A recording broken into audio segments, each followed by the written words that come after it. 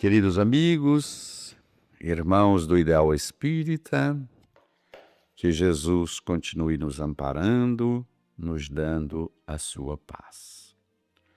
Vamos hoje ler o final do capítulo 2º da terceira parte do livro Nas Voragens do Pecado. Este livro extraordinário, escrito pelo espírito de Charles, através da psicografia de nossa irmã Ivone A. Pereira.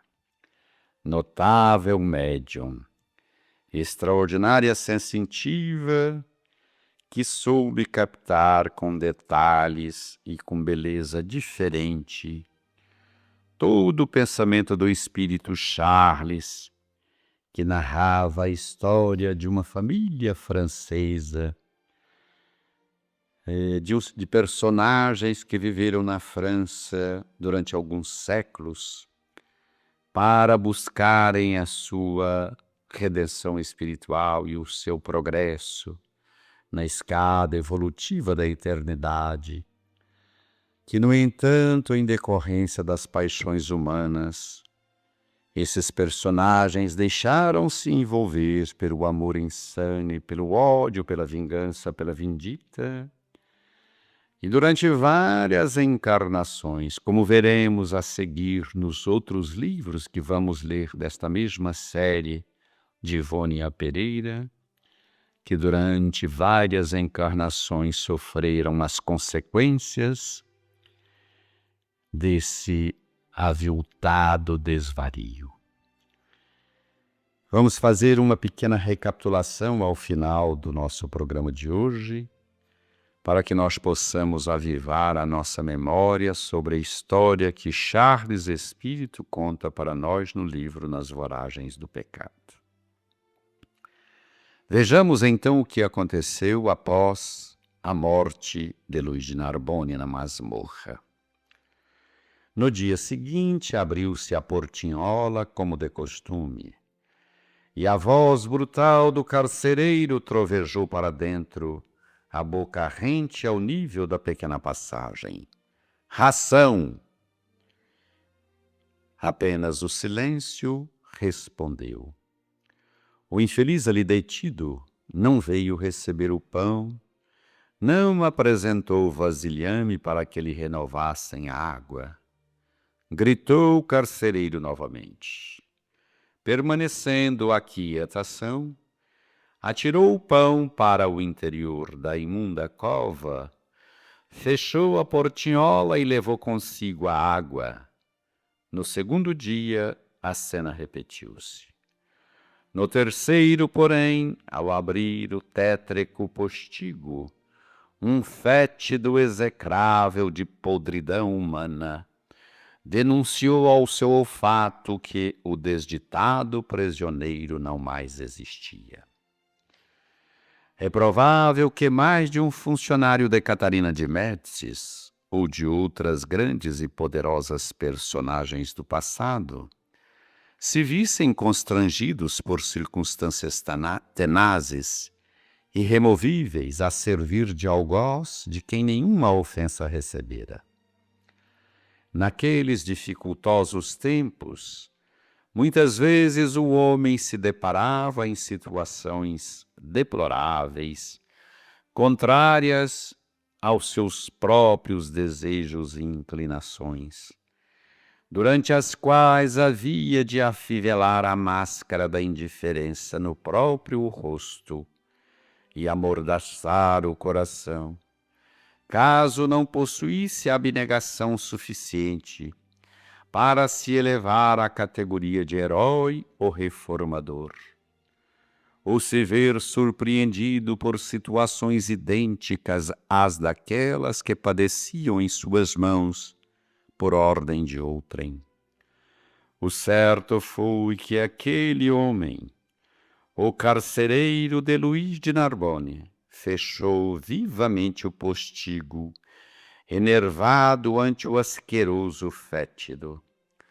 Postou-se em seguida a olhar para a porta fechada, que a lanterna iluminava parcamente. passou a mão pela fronte e pelo rosto, que se aljofraram de singular suor, enquanto ligeira palidez lhe alterava a fisionomia. Olhou do que de sua alma palpitou esta vibração que certamente foi a única salmodia que o acompanhou ao além-túmulo, o espírito do recém-libertado das torturas de um duplo cárcere. Pobre senhor de Narbonne, disse o carcereiro, tão jovem e tão digno.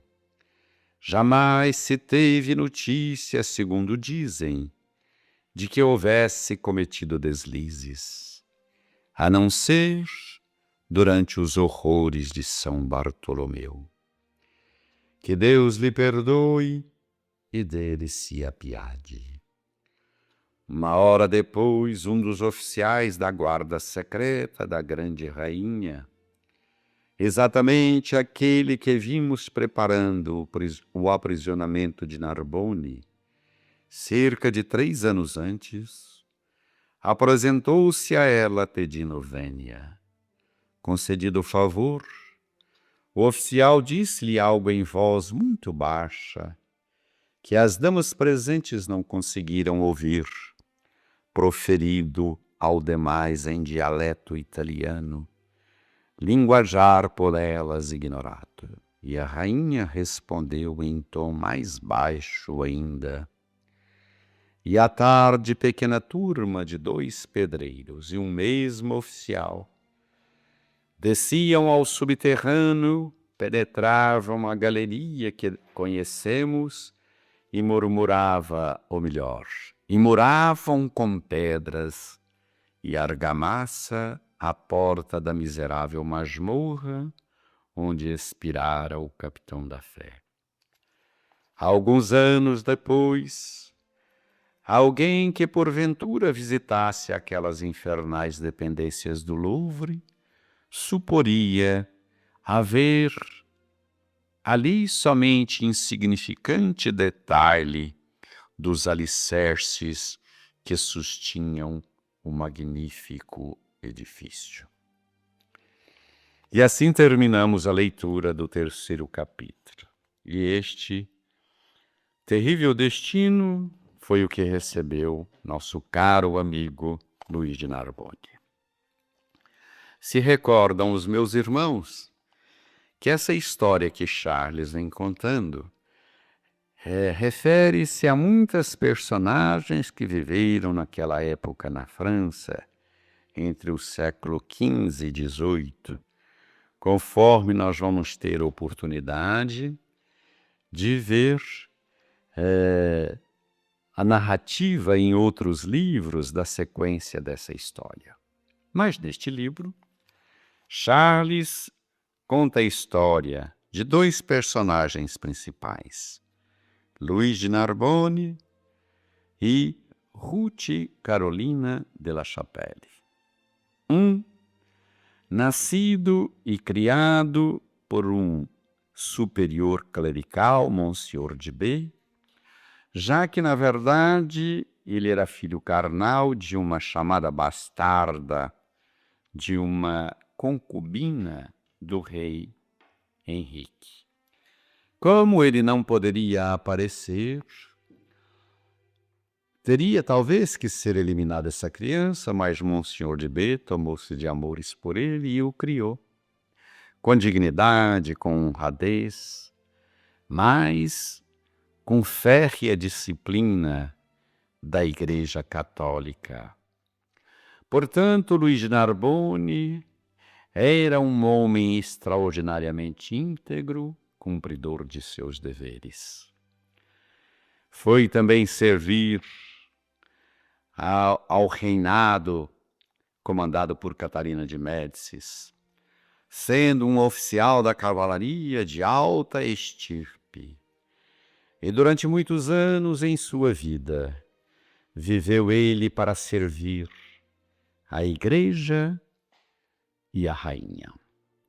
Por outro lado, Ruth Carolina, nascida de uma família proba extraordinária, bondosa, aonde tinha como amigo e orientador, renascido entre todos os irmãos, Carlos Felipe II, uma alma extraordinariamente evangelizada, aprimorada, crescida, evoluída, que, ao ver durante o decorrer dos anos a injustiça cometida contra as criaturas humanas pela rainha e pela própria Igreja, e ao ter conhecimento das letras religiosas escritas por Calvino, se tornou um reformista que a fidalguia alcunhava de huguenote. Carlos II, então, evangelizava as criaturas, a começar de seus familiares e colonos que serviam na herdade de seu pai, como toda a circunvizinhança de La Chapelle. E então, dos vizinhos dos de La Chapelle. E então Carlos, extraordinariamente meigo, culto, buscava tecer as letras do Evangelho de Jesus para aquelas criaturas pobres e perseguidas. Amava-os ao ponto de distribuir a colheita de sua herdade, da herdade de seu pai, em favor dos necessitados.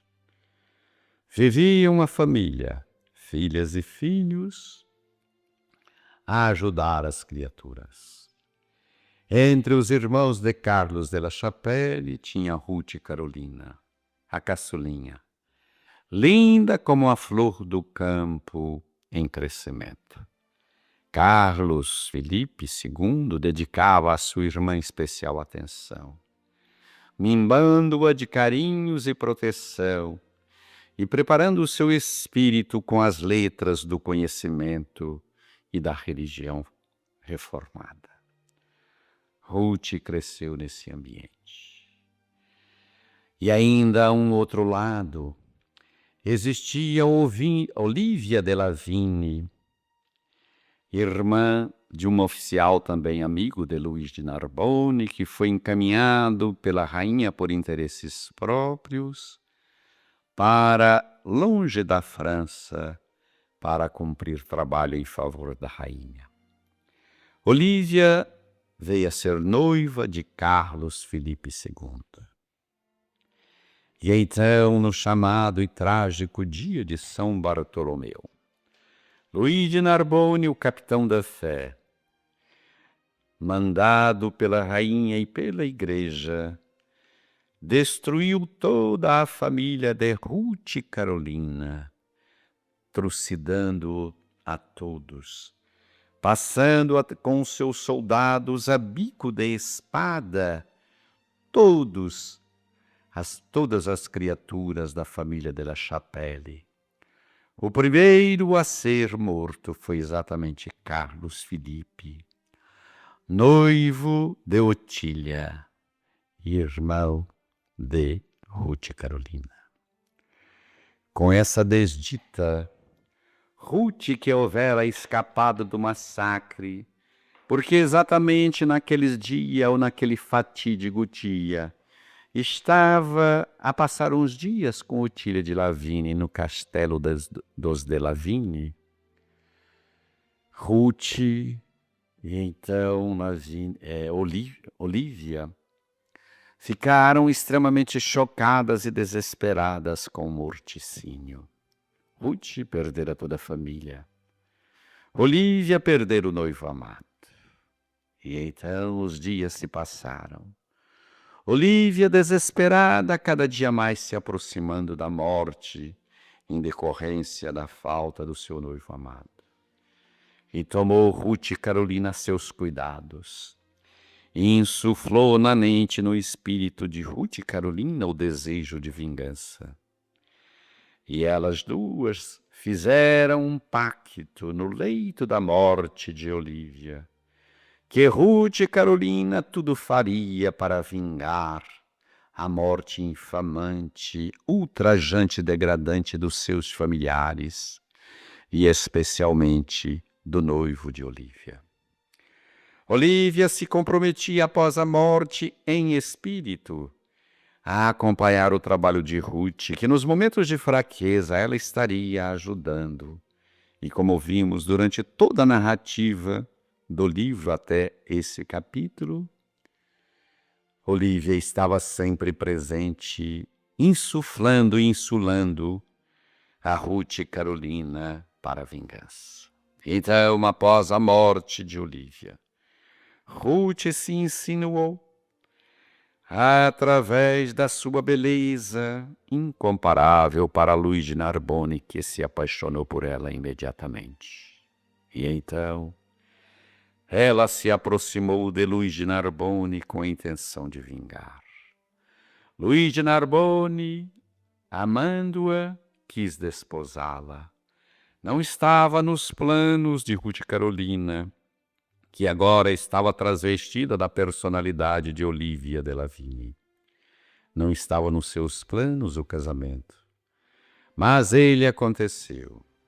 E aconteceu também o encontro de Ruth com a rainha Catarina de Médicis, aonde as duas, tendo pontos em comum, de motivo para vingar de Luís de Narbonne, a rainha, porque Luís de Narbonne era o filho bastardo do rei que ameaçava o seu trono, que na época era assentado pelo seu primeiro filho, e que ela estava reservando para o segundo também.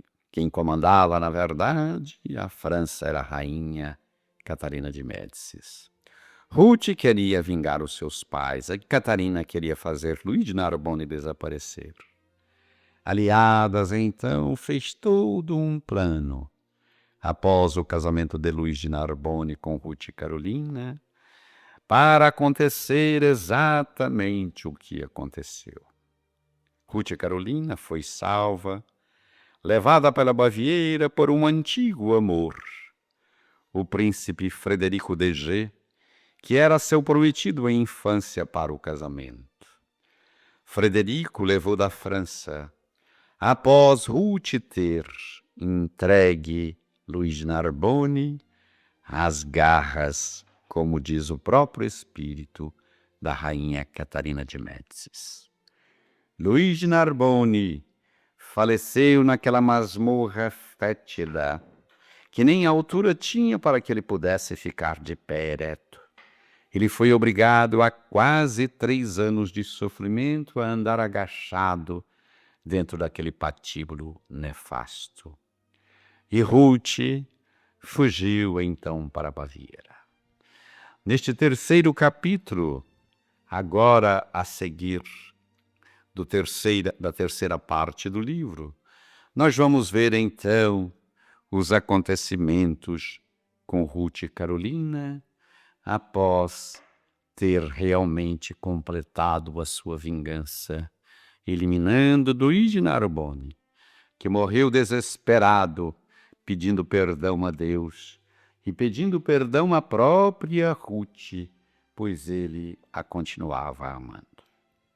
Portanto, no próximo capítulo, capítulo 3º da terceira parte do livro Nas Voragens do Pecado, vamos continuar sob a extraordinária narrativa poética e objetiva do Espírito Charles, utilizando-se do potencial psíquico de nossa irmã médium Ivone A. Pereira, que eu não me canso de repetir, uma extraordinária médium e um espírito também maravilhoso na sua narrativa. Temos ainda mais 2 livros, além do Nas Voragens do Pecado, para ler com os nossos irmãos. Que Jesus possa nos dar força, nos dar muita disposição para continuarmos essa modesta tarefa que já incorporamos no nosso dia a dia e que o fazemos com muita alegria. Muita paz, que Jesus nos abençoe.